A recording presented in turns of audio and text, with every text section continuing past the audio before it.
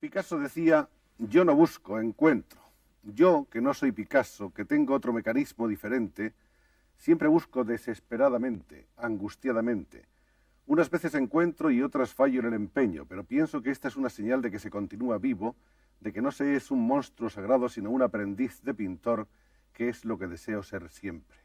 Lo que busco también apasionadamente es una comunicación. De una manera o de otra lo buscamos todos porque si no la pintura no tendría ningún sentido. Estas son algunas de las cosas que José Caballero escribe acerca del momento actual de su pintura, el de estos años. Caballero, para algunos de los diversos catálogos que de una manera realmente prolífica han ido creciendo en su bibliografía a lo largo de tantos años de labor pictórica, ha escrito algunas reflexiones acerca de su obra en las distintas etapas, en los diversos estadios por los que ha venido atravesando y evolucionando. Sobre esas y otras muchas cosas vamos a hablar hoy que el maestro Caballero ha querido venir a sentarse en este estudio de Televisión Española. Muchas gracias, amigo Pepe Caballero.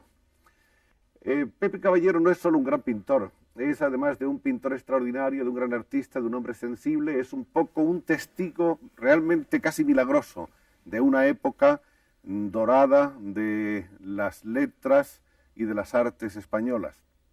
Aquí nos ha traído consigo, por ejemplo, algunos testimonios que dan fe de esa presencia de José Caballero siempre en el ojo de las tormentas, en el vértice de la realidad creadora más apasionante de este siglo en este país.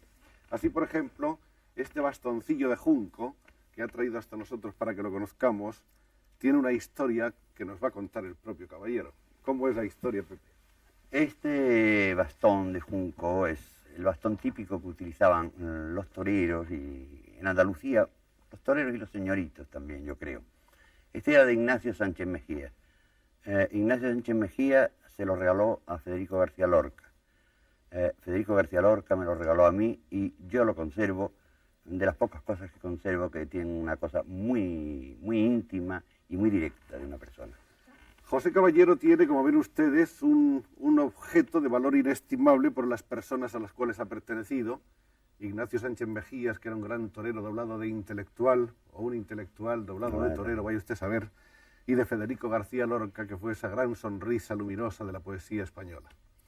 Pero tiene tantas cosas en su casa, en su estudio, en sus recuerdos, en sus cajones secretos, Pepe Caballero. A muchas de ellas no se puede llegar, pero de repente, si uno aparece por su casa, donde su esposa y él ofrecen siempre la más rica hospitalidad, puede surgir una cinta magnetofónica insospechada con las voces de personajes que hace muchos años que no son de este mundo, o aparecen, por ejemplo, estas pipas, que son dos pipas en las cuales solía fumar Pablo Neruda.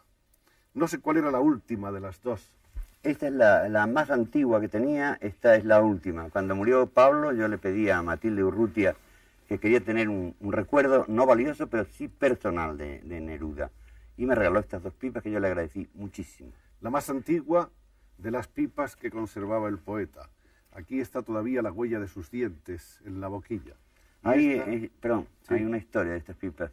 Ahí en la Unión Soviética han botado un petrolero que se llama Pablo Neruda, donde está toda la colección, la gran colección de pipas que tenía Pablo Neruda, y donde hay un letrero que dice que estas dos pipas pertenecen a mi colección particular. Esto para mí es una cosa que me alegra mucho. Y como esas, tantas y tantas cosas, recordemos que Pepe Caballero, a poco de llegar a Madrid, conoce a un musicólogo. Este musicólogo le pone en contacto rápidamente con Federico García Lorca y esos dos jóvenes se ponen inmediatamente en contacto y se fragua una especie de misteriosa comunicación inmediata, ¿no es así? Es así, sí. Bueno, ciertamente yo llego a Madrid desde mi tierra andaluza, puedo volver atrás, ¿no? Porque claro. Me parece...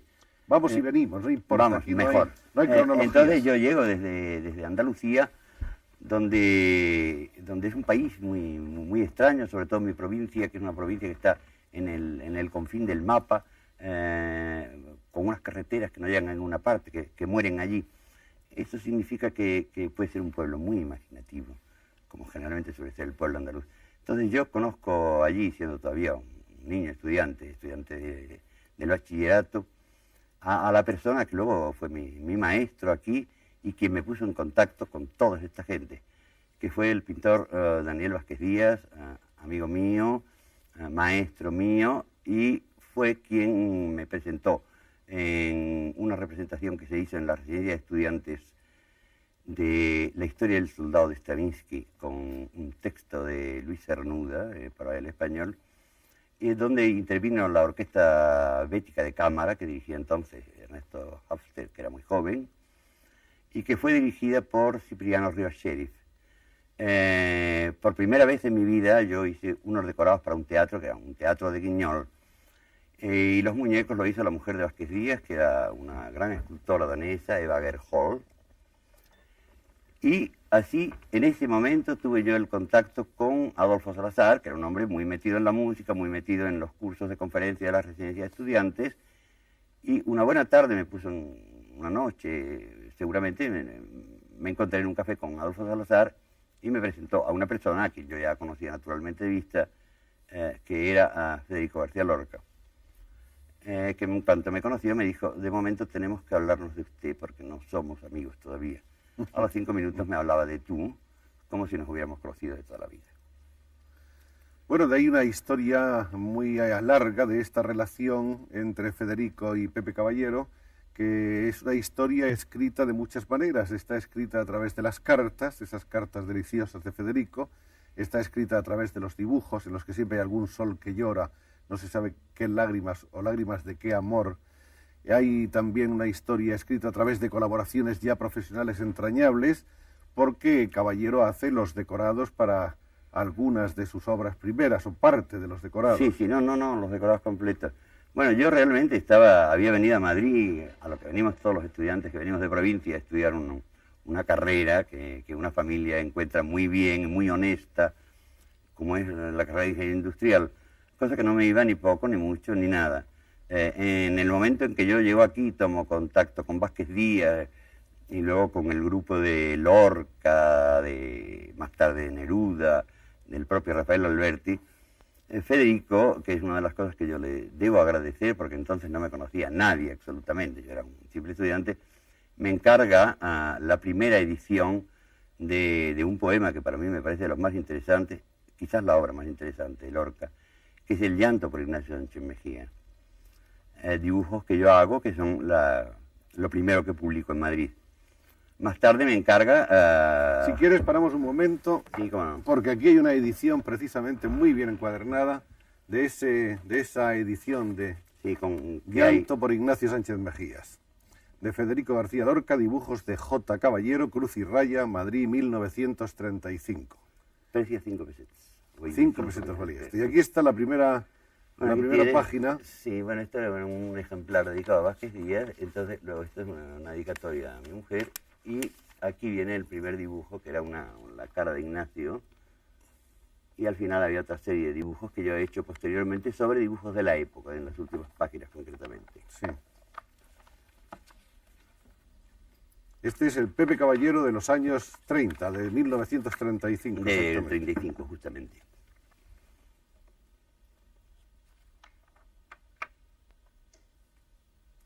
Y aquí está esa alegoría de todos los relojes marcando las 5 en punto de la tarde. Eran las 5 en todos los relojes. Bueno, realmente este es un poema tan interesante que yo creo que yo hice una serie de ilustraciones, pero se podrían haber hecho miles de ilustraciones y se pueden seguir haciendo, porque es un poema que tiene unas posibilidades para el pintor extraordinarias. Naturalmente no quiero decir para el poeta o para el estudioso de Lorca, claro está. De manera que llega un momento en que creo que tú estás convencido ya de que la carrera no te interesa. Sí, lógicamente la abandono con un gran disgusto familiar. Yo había perdido a mi padre muy joven, entonces cuando yo abandono la carrera, mi casa era como un rosario de visitas de pueblo, de una provincia, donde iban a mi madre poco menos que a darle el pésame, porque este hijo descarriado se había dedicado a la pintura, ¿no? El hijo descarriado había nacido en Huelva en el año 1916, un día y un mes que ignoro, pero que quizás no va... En junio, el día 11. El 11 de junio de 1916. Su padre era farmacéutico, ¿Vivía un poco la familia de ese negocio? Sí, bueno, lógicamente, era un negocio en aquel momento bastante saneado y realmente toda mi infancia y todo mi mundo se ascribió un poco a aquel mundo extraño de la farmacia donde el Botamen tenía los nombres más extraños y más sugerentes del mundo, como raíz de mandrágora, sangre de león, cosas extrañísimas, pero ya que empezaron a formar un mundo bastante importante en mi vida. Era una época en la que todavía existía la rebotica y se preparaban Sí, además los medicamentos, cosa que casi ha Sí, desaparecido. ha desaparecido por completo. Entonces yo debería haber estudiado farmacéutico, pero era algo para lo que yo estaba absolutamente negado. Su padre desaparece muy temprano, cuando tenía solamente Pepe Caballero 8 años. 8 años, sí, 8 o 9 años aproximadamente. Y yo pienso que luego, quizás cuando llego a Madrid y realmente tengo contacto con este grupo de amigos mayores, porque yo prácticamente no pertenecía a la generación del 27, afortunadamente era un poco más joven, ¿no? O bastante más joven. Yo creo que busco otra vez la imagen del padre en estos amigos mayores que de alguna manera me acompañan, me arropan, me defienden. Y eso es para mí el contacto, aparte de un mundo fabuloso. Figúrate tú, después de venir de una provincia, el que era esta gente, con esta personalidad y en este momento tan importante de la literatura española, que fue fabuloso para mí, que fue una educación que nunca podré olvidar. Y hasta venir a Madrid, esa imagen del padre que te faltaba y que tú necesitabas tanto como todos, ¿con qué la sustituías? ¿O con qué estaba de hecho sustituida? Bueno, estaba sustituida, estaba sobrepuesta con la imagen de la madre, pero yo siempre fui un niño un poco introvertido y creo que la sustituí en parte con mi afición a la pintura. Entonces yo desde niño empecé a comenzar a pintar. Yo creo que pinto desde que tengo conocimiento de las cosas, ¿no? Entonces pintaba el automóvil, los primeros automóviles que se veían por las calles, o esas macetas de claveles que hay en todas las casas andaluzas, ¿no? Este dibujo que estamos viendo, está pintado por Pepe Caballero a los 5 años de edad. Y tenemos otro por aquí, de los pocos que se conservan de esa época. Los únicos, que es de los 7 años de edad. Se titula Maceta con claveles. Y vamos a verlo ahora. De modo que ya don José Caballero, a la tierna edad de 5 y 6 años, le daba bien a los pinceles, sabía lo que eran los colores, y como ven ustedes, tenía ideas muy claras sobre la composición. Bueno, yo creo que ni le daba bien a los pinceles, ni sabía bien lo que eran los colores. Pues esto no está nada mal, ¿eh? Pero lo que sí es divertido es que yo en esa época, en unas criadas que había en casa, que fueron las primeras que me vieron mi afición a la pintura y me contaban esta cosa anecdótica que es tan fabulosa en el pueblo andaluz y que a mí me parece siempre extraordinario. Entonces una de ellas me contaba una vez, como sabía que me gustaba la pintura, que Murillo, en Sevilla, una vez, Murillo era un pintor pobre, como deben de ser todos los pintores, había ido a una casa a pedir limosna y le habían dado una olla con potaje. Murillo devoró el potaje y al final pintó la olla, puso la olla tumbada y pintó todo el potaje en las escaleras. Según esta mujer, eso estaba en el Museo de Sevilla y siempre que voy al Museo de Sevilla trato de buscarlo porque estoy convencido que eso es cierto, que debe andar ese Murillo pintado en una escalera con un potaje de habichuelas.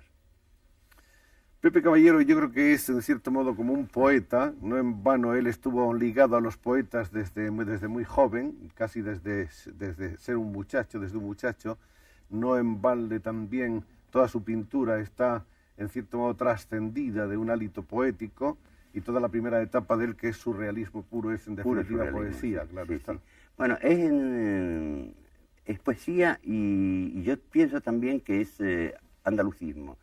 Andalucía es una ciudad, un pueblo tan callado, tan represivo, con un silencio tan importante y tan lleno de palabras que no se dicen, y lleno además de paradojas, de todo lo que se oculta, porque nadie sabe lo que ocurre en las familias andaluzas, lo que ocurre en los pueblos andaluces cerrados a cal y canto.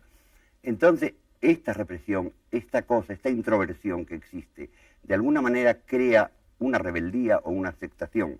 Yo opté por la rebeldía Y entonces pienso que el surrealismo, cuando yo vine aquí, yo lo desconocía por completo, como tal escuela, como tal imagen, porque no teníamos idea de lo que ocurría en el exterior. Entonces yo creo que en mi surrealismo hay un gran ingrediente de ese surrealismo que crea la región andaluza. Entonces diríamos que hasta en la geografía, Sí, en sí. el paisaje urbano, Justamente en la en manera de todo. ser del andaluz. Sí, sí, yo creo que existe un surrealismo verdaderamente andaluz, porque yo no conozco realmente el surrealismo hasta que no llego a Madrid, hasta que no conozco a Lorca, a Neruda y tal. Y entonces tengo una conciencia exacta de lo que es el surrealismo y conozco algunas reproducciones, muy pocas, del surrealismo que se hace fuera de España. Me dejo influenciar porque para eso soy joven y para eso debo ser influenciable, pero el sustrato del surrealismo es un sustrato andaluz. O sea, no tiene nada que ver con el surrealismo francés.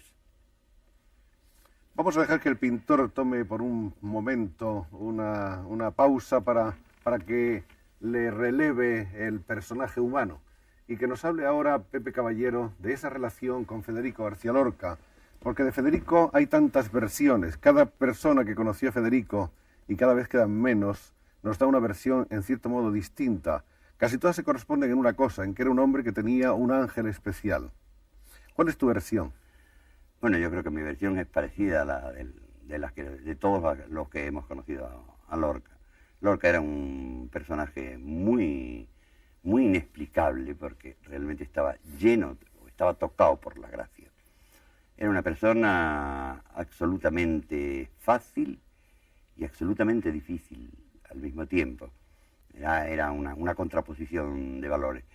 Pero para los que tuvimos la suerte de estar con él, yo que pertenecí, por ejemplo, al teatro universitario que él había fundado, que fue La Barraca, donde por primera vez hicimos una experiencia de vida en común, o sea, una experiencia de coljós, que podríamos decir, ¿no?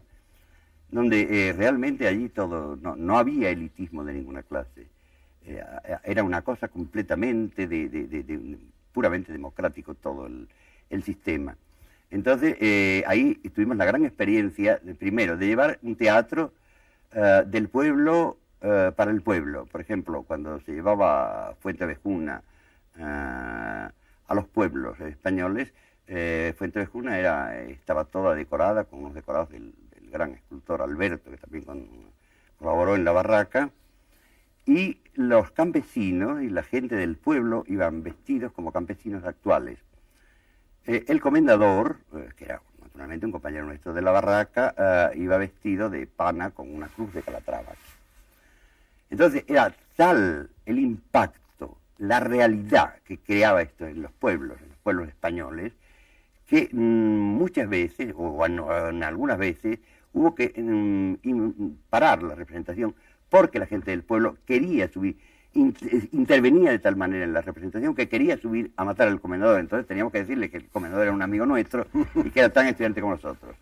Entonces en La Barraca, allí todos hacíamos de todo. Yo hice mis primeras escenografías, que pensé en haber hecho unas escenografías muy utilitarias y salieron de los menos utilitarios del mundo. Eran dificilísimas de cambiar todo para cambiar una ventanita. Pero en fin, yo era al principio y no tenía ni idea de eso. Y todos trabajábamos, todos montábamos el tablao, todos vivíamos con la cantidad de dinero asignado por el ministerio a esto, que no era demasiado, y todos hemos pasado hambre y alegría por los pueblos de España, porque tampoco nosotros éramos millonarios que lleváramos en el bolsillo mucho dinero. Entonces, con todo esto nunca se perdió la alegría. Y era la imagen de Federico García Lorca quien estaba presente en todo, quien nos hizo ser de una manera y nos educó de una manera. Entonces, claro, describir a Federico es, como tú decías antes, muy bien, es un poco lo que contamos todos de Federico. Habría que hablar con tanta gente para saber cómo era un poco Federico García Lorca, que habría que hacerlo con pedacitos de lo demás.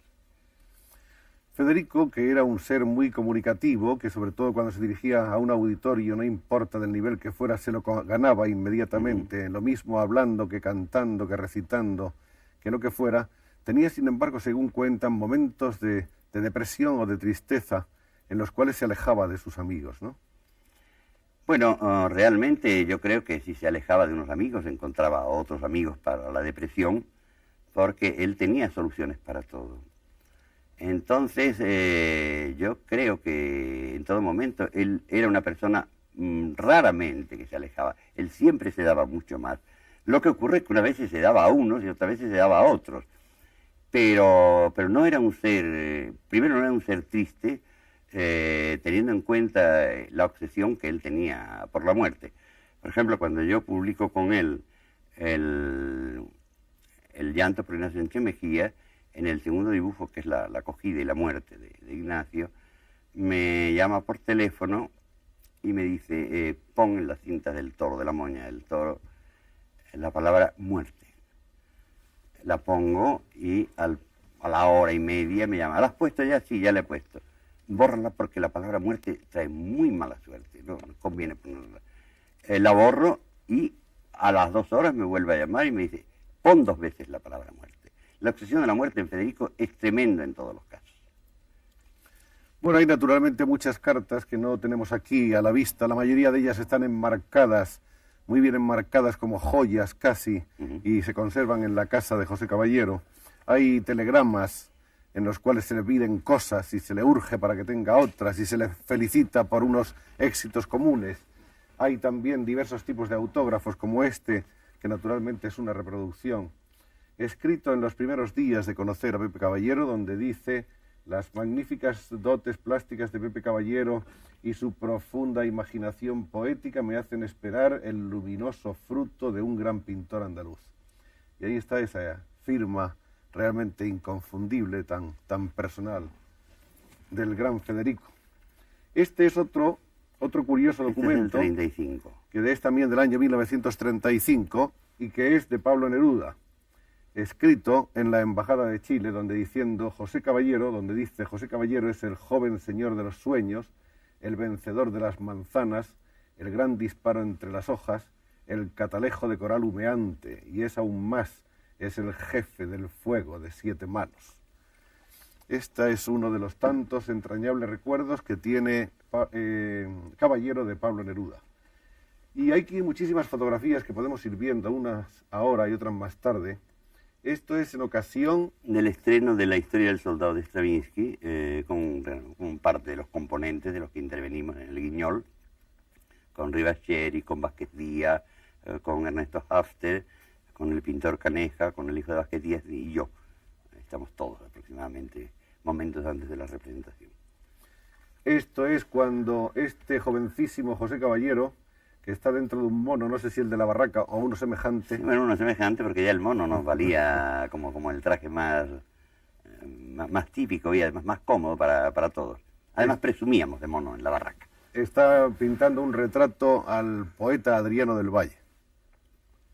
Sí, este es un retrato que yo pinto en el año porque en estos años yo hago una exposición con Federico García Lorca en el Ateneo de Huelva. Me pidieron una exposición, entonces la hicimos con Federico y con otro grupo de pintores. Justamente duró 1 hora, no duró más. ¿Por qué? Porque encontraron que era una tomadura de pelo y el Ateneo entero dimitió en masa. Y poco tiempo después Adriano del Valle me propuso dar al año siguiente una nueva conferencia en el Ateneo de Sevilla sobre un tema que él ya tenía, que era un homenaje a Fernando Villalón, que se llamaba Telefonía Celeste. Entonces yo lo hicimos con 2 encerados, uno a cada lado, y mientras Adriano recitaba los poemas, yo pintaba rápidamente en cada tablero con tizas de colores la ilustración correspondiente al poema. Había un bedel que lo borraba enseguida, que pasaba al otro lado. Esto ya creaba un ambiente bastante incómodo, porque aquel hombre pasando, la gente no acababa de ver las cosas enteramente porque no había tiempo, y además porque estaba programado que fuera así.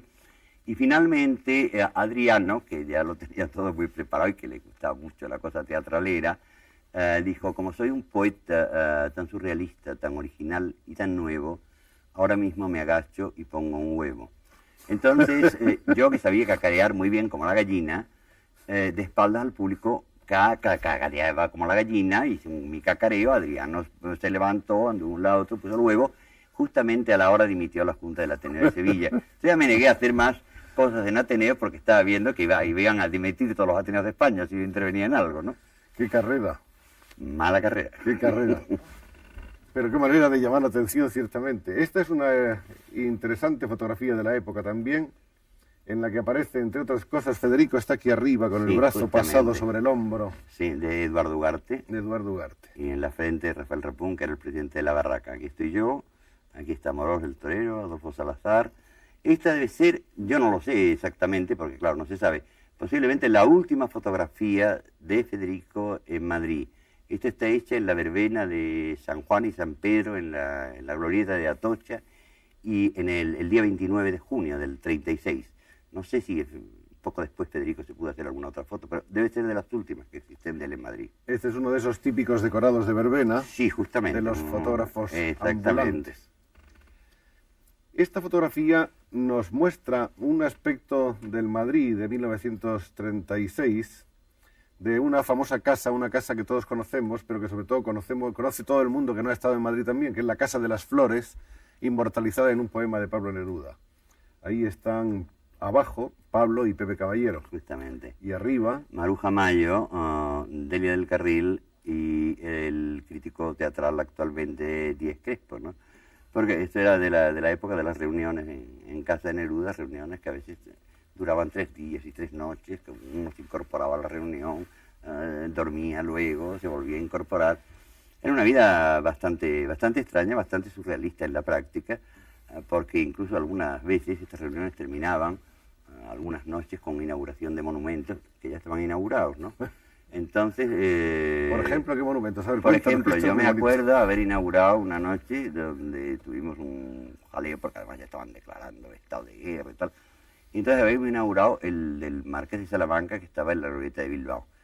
Y cuando tuvimos el incidente... ¿Y cómo era la ceremonia de la inauguración? Bueno, la ceremonia de inauguración es que Federico, por ejemplo, era el alcalde, Neruda era el presidente de la Diputación, y un músico chileno llamado Acario Cotapos, que era muy divertido, era la madre de quien fuera. A veces nosotros hacíamos de nietecito también de quien fuera, con la obligación de llorar. Y Cotapo se desmayaba, ¿no? Y entonces lo que era muy importante eran los discursos de Pablo y de Federico, ¿no? Entonces esto era el final generalmente de las reuniones de casa de Neruda, porque él era entonces el cónsul de Chile en Madrid. En Madrid. No el embajador era Morla. Y él había encontrado un anuncio de los emplastos del Dr. Winter, que era un señor que daba unos emplastos colorados, y debajo había recortado de una plaquita de esas que venden, y tú te encontrabas al llegar al consulado, aquel señor, pues ahí abajo ponía "Reinaré en España". De manera que inaugurabais toda clase de monumentos con pompa, solemnidad y discursos sí, en los cuales había toda clase de loas. No, naturalmente, imagínate en lo de la Pardo Bazán, ellos se divirtieron una barbaridad, ¿no? Precisamente por eso yo me acuerdo hace unos años que se habló de hacer hace el año pasado, concretamente, hacer un monumento a Federico en Granada, cosa que se le debe y que se debe hacer. Y entonces se pensó en el busto de Federico y yo me horroricé porque pensaba lo que Federico se divertía ante la estatua del Marqués de Salamanca o del general Prim, ¿no? Viéndole con corbata de lazo. Entonces pensé que lo que se debía hacer era un espacio que se llamara Espacio Federico García Lorca, donde pudieran jugar los niños, donde pudiera haber recitales de flamenco, donde pudiera haber exposiciones de pintores jóvenes, pero que fuera una cosa mucho más abstracta que un busto de Federico con su cuello y su corbata, porque creo que eso le horrorizaría. Hablando de surrealismo, este es un retrato hecho por Neruda de José Caballero, un retrato fotográfico, claro está, una fotografía. Sí, bueno, esto lo hizo, la fotografía me la hizo Neruda y él me dijo que yo le agregara a su gusto toda la serie de formas más o menos surrealistas que destrozaban la figura. ¿Y las que tú trazaste tenían alguna intención determinada? No, ninguna, el destrozar la figura.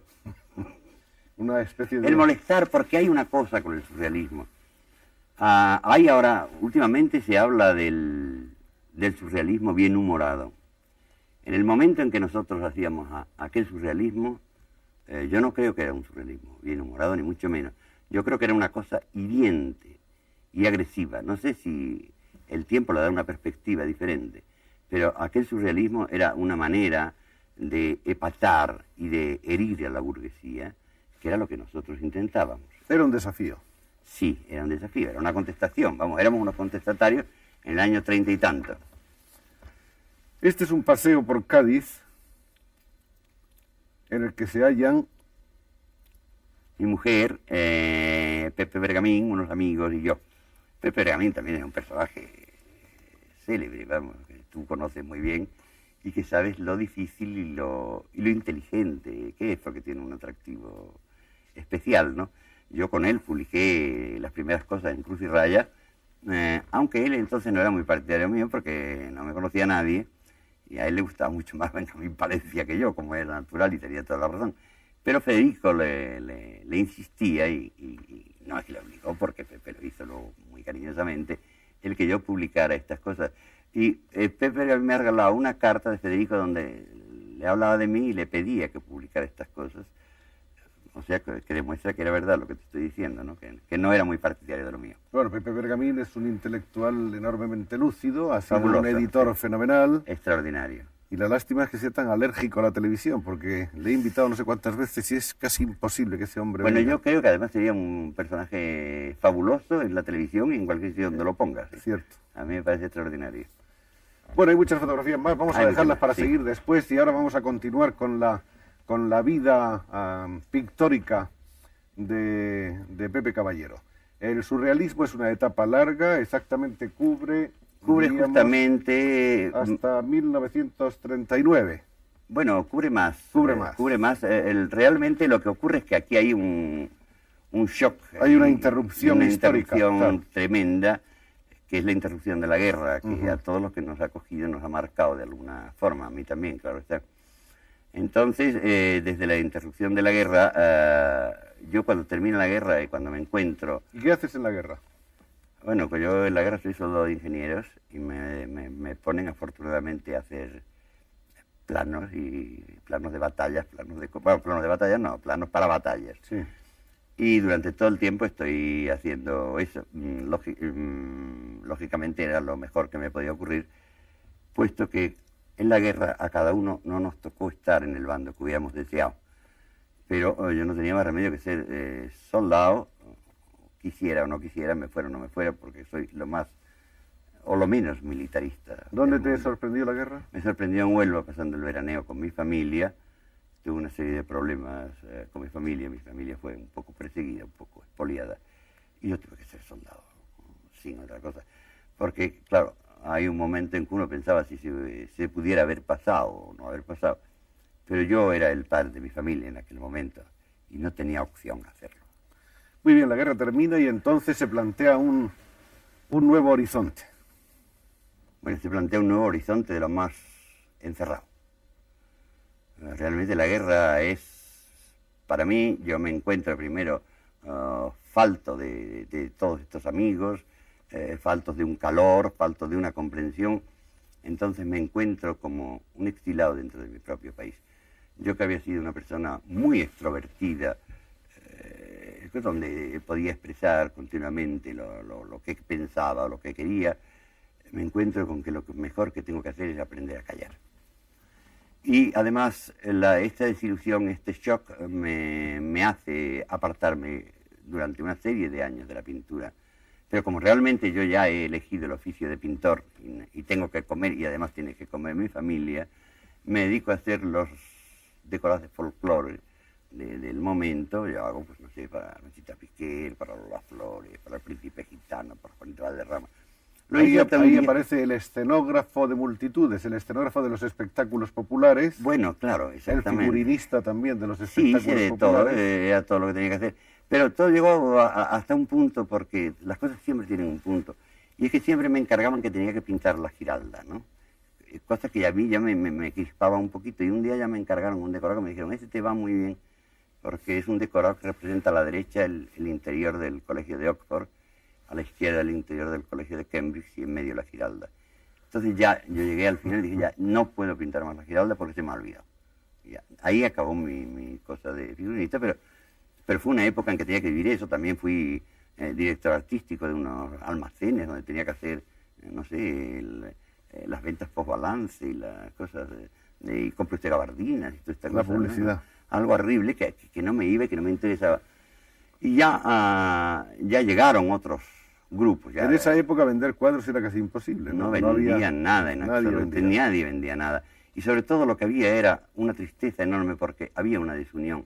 Yo que había conocido una vida en grupo, como fue la de la Barraca, intenté luego el crear un grupo, pero realmente todos estábamos muy desperdigados y no había posibilidad de esa agrupación.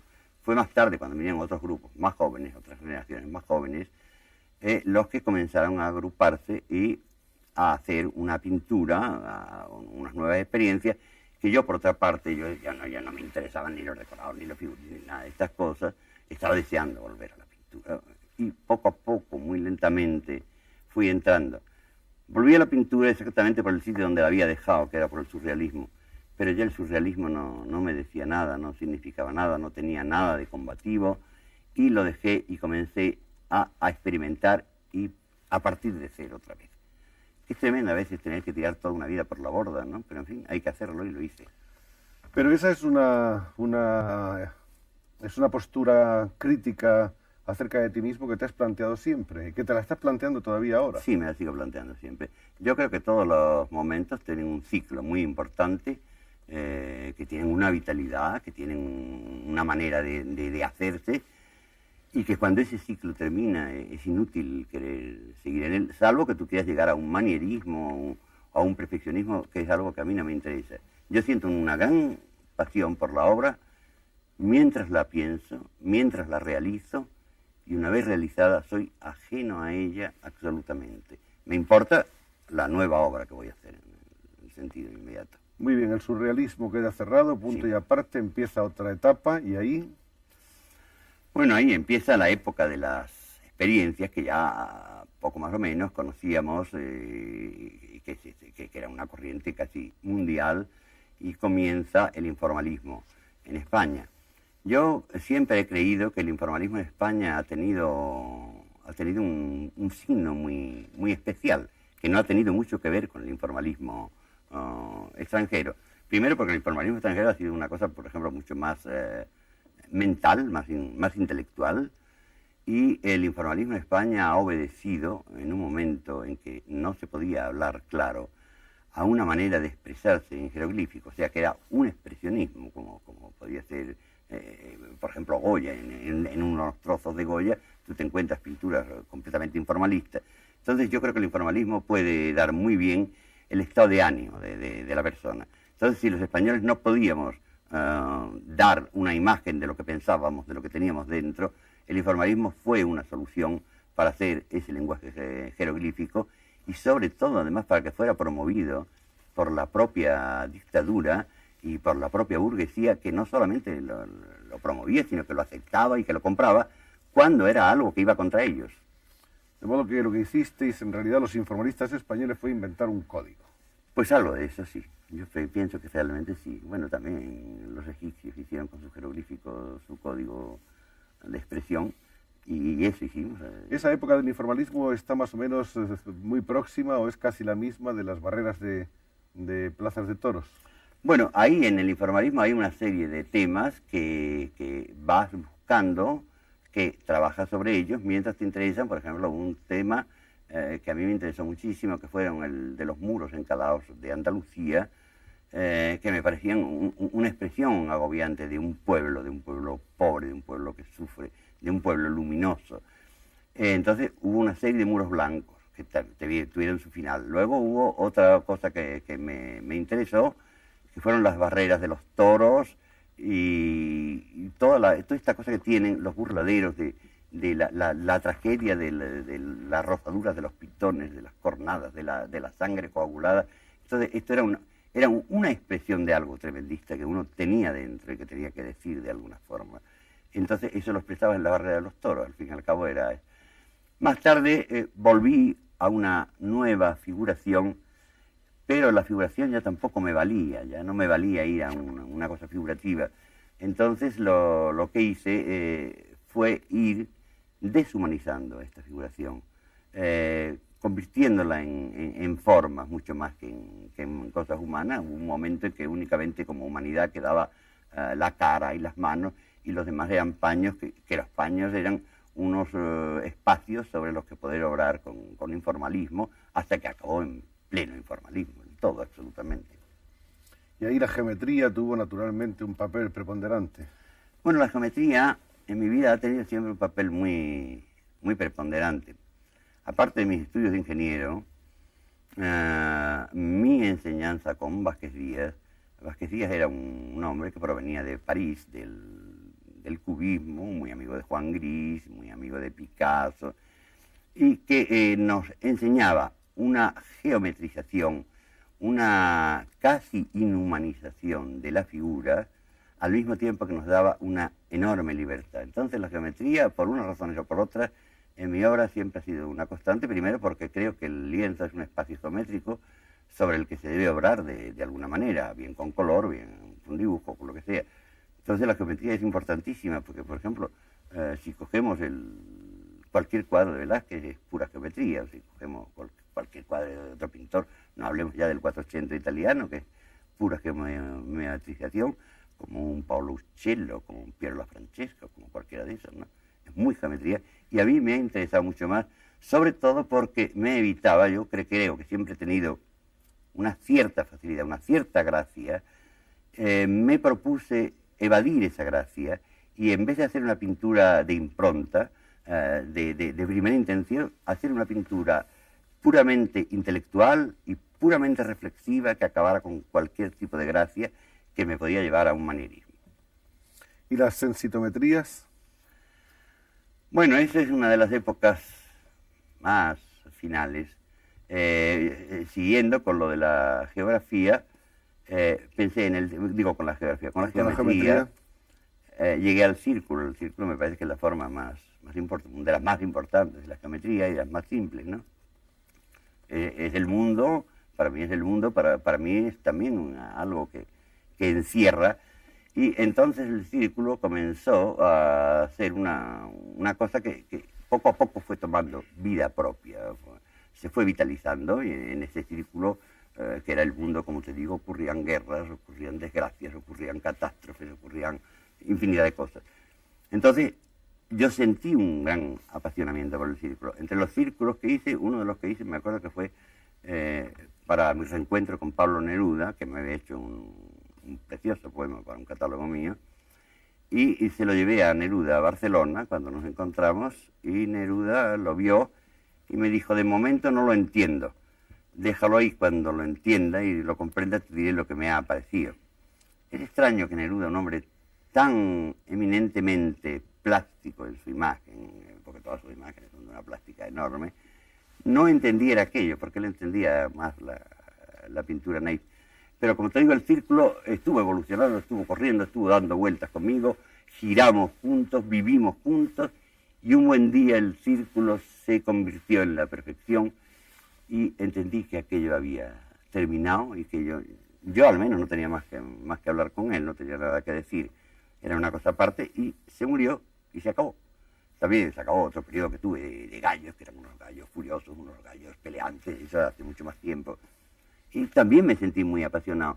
Pero hubo un día en que llegó el último, en que ya aquello no me decía nada, ya no teníamos más que hablar. El diálogo había terminado, porque el diálogo con el cuadro es muy, muy extraño, ¿no? Hasta que se establece, y exactamente uno sabe, cuando trata de aprender eso, en estos momentos en que se parte de cero, en que se está en la nada, hasta que empieza uno a encontrar qué camino va a hacer, es una serie de dudas, es un parto muy doloroso, ¿no? Igualmente, cuando has encontrado ese camino que te apasiona, que te lleva hasta un final, también tiene ese final, y ese final lo sabes perfectamente, y tú dices: esto se ha terminado. Pero el largo debate con el círculo ha sido dramático. Sí, han sido como 10 años. 10 Además, años. bueno, era como morderte la cola y como encerrarme en el círculo, efectivamente. Dentro del círculo más que fuera, ¿no? Sí, mucho más dentro. Un círculo que llegó a ser vicioso. Absolutamente vicioso, sí, girativo y vicioso. Entonces lo eliminé, y realmente de las cosas que me situé al margen absolutamente, y no tengo nada que ver con los círculos, ni con nada de lo que he hecho, porque yo realmente creo que nunca he pintado Primero, nunca he pintado para la posteridad, porque me parece absurdo eso. Me parece como poner un telegrama para dentro de 40 años, ¿no? Va a llegar tarde. Entonces yo pinto por un deseo, por un deseo de comunicación, absolutamente, como tú has dicho al principio, porque necesito hablar, porque necesito expresarme, pero no por ser un maestro, un manierista, nada de eso no me interesa. Entonces, cuando el círculo se me convirtió en un perfeccionismo, se acabó el círculo y otra vez estamos en esa época terrible de la nada. ¿Estamos ahora en plena nada? Bueno, estamos y no estamos. ¿Cómo estamos? Verás, te voy a decir. Bebe un poco, que hace mucho calor. Es total. Sí, además se seca la boca. Cuando terminé con el círculo me quedé de nuevo a partir de cero. Entonces yo buscaba, me habían encargado, tenía este mismo año en que estamos, tenía que hacer una exposición en una galería madrileña, donde juntamente con la exposición se hace una carpeta de serigrafías. Entonces me dijeron, bueno, puedes hacer una carpeta de homenaje a tus amigos los poetas, pero yo siempre estoy haciendo cosas de homenaje a mis amigos los poetas, con lo cual resulta que yo soy un pedazo de mis amigos los poetas, lógicamente, y yo no me divertía en aquel momento. Y yo había estado en el homenaje a Lorca el año pasado en Biznar, donde vi por primera vez una serie de banderas andaluzas juntas. Entonces aquello como andaluz me interesó, me emocionó de alguna manera, me gustó verlas. Y pensé que era un poquito sosa, ¿no? Porque era una raya verde, una raya blanca y una raya verde. Y pensé que se podía obrar sobre eso. Naturalmente yo no iba a inventar una heráldica andaluza, pero en fin, sí me interesaba el andalucear, porque realmente es muy difícil saber por qué los andaluces no tenemos espíritu de cuerpo. Yo pienso que desde que fuimos soterrados por los reyes católicos, ¿no? Jamás los andaluces hemos tenido espíritu de cuerpo ni de unión. Entonces uno piensa que todas las guerras y todas las cosas de cualquier signo se han ganado detrás de un palo con una telita. Y yo dije, bueno, pues este es un momento bárbaro para concienciar a mis paisanos andaluces de que tenemos una bandera. Bueno, a mis paisanos andaluces les trajo sin cuidado, en absoluto. Pero a mí no, a mí me interesó aquello, no porque yo iba a hacer heráldica en absoluto, ni porque iba a seguir pintando banderas, que no tengo por qué hacerlo, además es aburridísimo, pero sí porque la bandera me había creado un nuevo espacio en la pintura, una fijación de pocos colores, una nueva geometría de la obra y una nueva manera de ver el color, en vez de toda esta época de riqueza de materia. De repente he pensado que por qué no se puede hacer una pintura mucho más sosegante y completamente diferente, sin recuerdos hacia atrás, porque a mí yo pienso que la nostalgia es una cosa que me puede vencer y trato de evadirla en todo lo que puedo. Entonces actualmente estoy trabajando no sobre banderas, porque eso ya se ha olvidado, se ha pasado, no es mal idea para nada. Voy a ver si las vendo en Kuwait, que es lo único que puedo hacer con ellas, porque tienen unos colores parecidos. Pero sí sobre esos nuevos espacios y sobre esa nueva manera de ver pintura. En este momento estoy en ese momento que trato de aprender, como sea, por dónde voy a salir, qué camino voy a tomar. Por otra parte, pienso que si lo supiera, inmediatamente abandonaría el camino. Porque si ya lo sé, no tiene interés ninguno. Porque para mí el interés siempre, quiera yo o no quiera, esta es la experiencia. Lo emocionante es la incógnita, que se despeja por sí misma, ¿no? Justamente. Esta es una fotografía del estudio de José Caballero, un estudio aquí en Madrid, muy Sí. céntrico por otra parte. Bueno, sí, muy céntrico, sí. Muy céntrico y, no sé, cómodo, bueno, cómodo es un decir. Yo no quiero nunca que un estudio mío sea cómodo. Creo que con la comodidad no se puede hacer nada. Yo tengo que estar perfectamente incómodo. Mis amigos que aparecen por el estudio a veces siempre se quejan que no hay donde sentarse o que las sillas que tengo son muy incómodas, y es cierto que es así. Esta es una foto en la que el matrimonio Caballero está con el llorado Antonio Bienvenida. Bueno, Antonio era muy amigo nuestro y de vez en cuando aparecía por casa, le divertía la pintura, sobre todo cuando pintaba cosas que tenían que ver con los toros, y era uno de los amigos que iban, como también iba Vicente Escudero, como una serie de gente que hemos tenido contacto con ellos siempre. Esta es una foto de la pareja en uno de los decorados hechos por Caballero para Bodas de Sangre, para el estreno de Bodas de Sangre en Madrid, aquí, porque yo había estrenado antes en Spoleto, en el Festival de Ambos Mundos, esta Yerma, y luego me encargaron el decorado de Bodas de Sangre. Este es un poco el bosque, lo que yo pensé que debía ser el bosque de Bodas de Sangre, que no puede ser más hiriente ni más pico de gallo de lo que es. Esta es una foto en la que Rafael Alberti está inaugurando una exposición de Pepe Caballero. ¿Dónde era? ¿En Florencia? En Florencia, sí. Sí, fue muy gracioso. Rafael es un tipo a quien yo quiero mucho, es muy divertido. Y luego me acuerdo que poco después de esta inauguración, que era en un sitio, una galería preciosa cerca del Duomo de Florencia, una maravilla. Luego nos hicieron una entrevista justamente para televisión y me dijo: Rafael, mira, yo creo que debemos hablar en italiano. Yo hablaba muy mal el italiano y él tampoco lo hablaba muy bien. Y al final le pregunté: oye, ¿qué tal ha quedado Rafael? Y me dijo: mira, ha quedado precioso.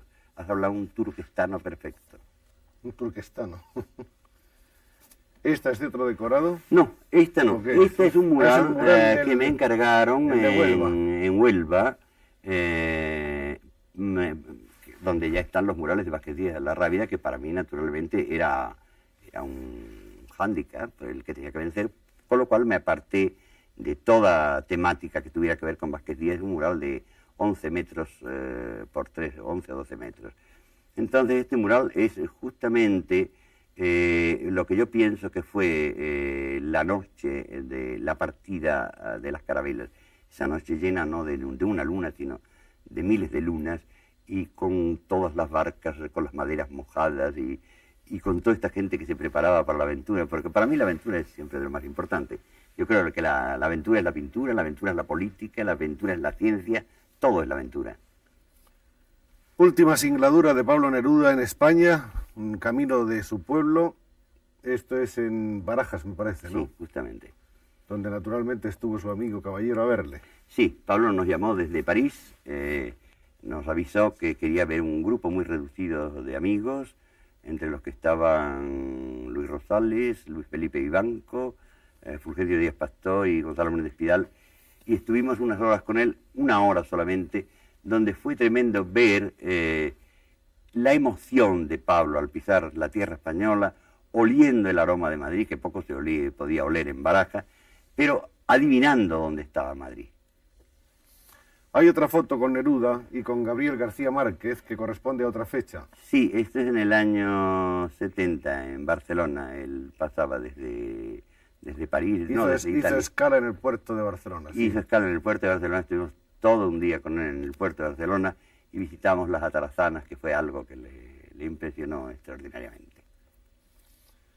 Y aquí hay una serie de libros que hemos pedido a José Caballero que nos deje traerlos al programa, porque su casa está llena de libros y de recuerdos. Este es uno dedicado precisamente por Alberti, para Pepe Caballero, pintor andaluz universal, este prólogo para Picasso, el más gran poeta de hoy. Roma, junio del 70. Este otro también es de Rafael. Bueno, es muy complicado y lo más divertido Sí. es el dibujo de Rafael, ¿no? A los más bellos amantes, María Fernanda y Pepe Caballero, con el cariño de Rafael Alberti. Este otro que tú los conoces ya solamente desde fuera. Es un libro de Neruda, es una edición publicada en la guerra muy interesante que no se encuentra Ediciones hoy. Héroe, Madrid, Pablo Sí. Neruda, primeros poemas de amor. Y aquí están estos dibujos. Estos dibujos y aquí al final, porque Pablo dedicaba, depende de dónde le convenía, al final, al principio, no lo sé dónde está dedicado. Aquí. Está dedicado en Barcelona. Su archiviejo siempre amigo Pablo. Y estas son ilustraciones que tú le pusiste. Que yo le hice especialmente al dibujo. Bueno, volviendo a hablar, ¿podemos volver a hablar de pintura? Sí, habla, tú habla. Hay algo que siempre he pensado, sobre todo cuando nos referimos a la pintura aquí, Generalmente en los países, en todos los demás países, en Francia, en Italia, yo pienso cómo los movimientos pictóricos han sido como un acompañamiento de todas las artes, o sea, ha ido la literatura, la filosofía, la ciencia, la poesía, todo de una manera unida, explicando sobre todo las artes plásticas que no tenemos la palabra. Entonces siempre he pensado cómo en España realmente esto nunca ha ocurrido. Aquí la pintura ha ido por su lado, la literatura ha ido por su lado, tú te encuentras con grandes literatos, grandes pensadores, que de repente se quedan en una pintura que no les corresponde. Y entonces veo que aquí lo único que hemos podido hacer siempre, que es lo que nos va, es un poco la guerra de guerrillas. O sea que lo que no hay es correlación, por así decirlo, es coordinación. Sí, justamente. Y exceso de individualismo, quizá. Pues es posible, pero yo pienso que deberíamos de pensar en que hubiera un poco más de unión. Este es un libro de Federico García Lorca, Bodas de sangre, tragedia en 3 actos y 7 cuadros, edición Cruz y Raya, Madrid 1936. Libro que está dedicado por el propio Federico, supongo que en la misma fecha de su aparición. Sí, justamente.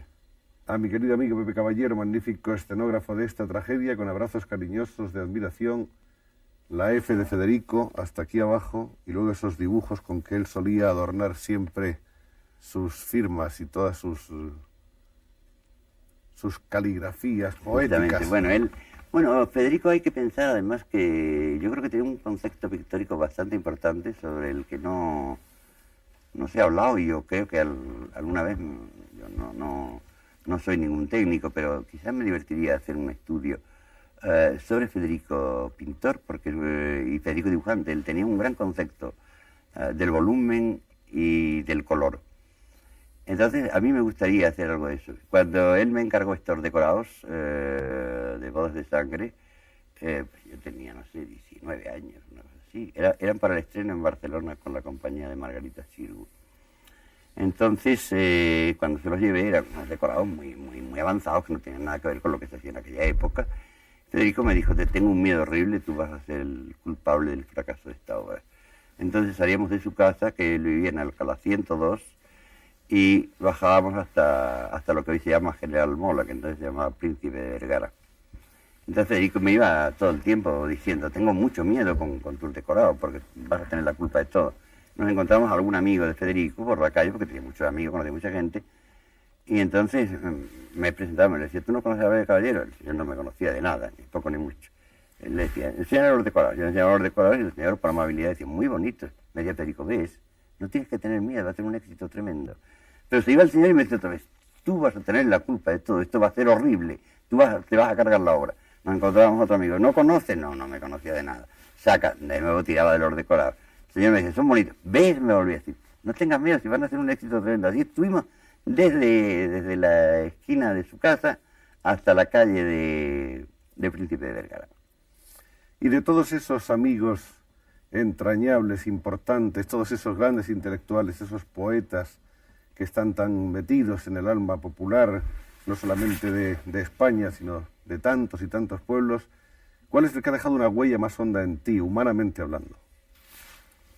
Bueno, ha habido dos que han dejado una huella humana muy grande. Uno ha sido Federico García Lorca, indudablemente, eso no cabe duda. Federico García Lorca me ha enseñado, no sé, hasta modos de vivir, ¿no? Yo me acuerdo una vez que estuvimos en un sitio, en una reunión donde él había dicho que iba a ir yo, que voy a traer un amigo que es muy simpático y ya veréis. Y yo estuve odioso, porque además no dije ni palabra y no se me ocurría nada. Entonces Federico, y algo que me dijeron, dije no. Entonces Federico me dijo: mira, no digas no. Tú di siempre que sí y haz lo que te dé la real gana. Todo el mundo dirá: mira, es muy informal, pero es muy simpático. Entonces esto ha sido una de mis normas de vida, el no decir que no nunca a nada y hacer lo que me dé la gana. Y humanamente, Pablo era una persona, Pablo Neruda, con quien yo me encontraba muy identificado en todo.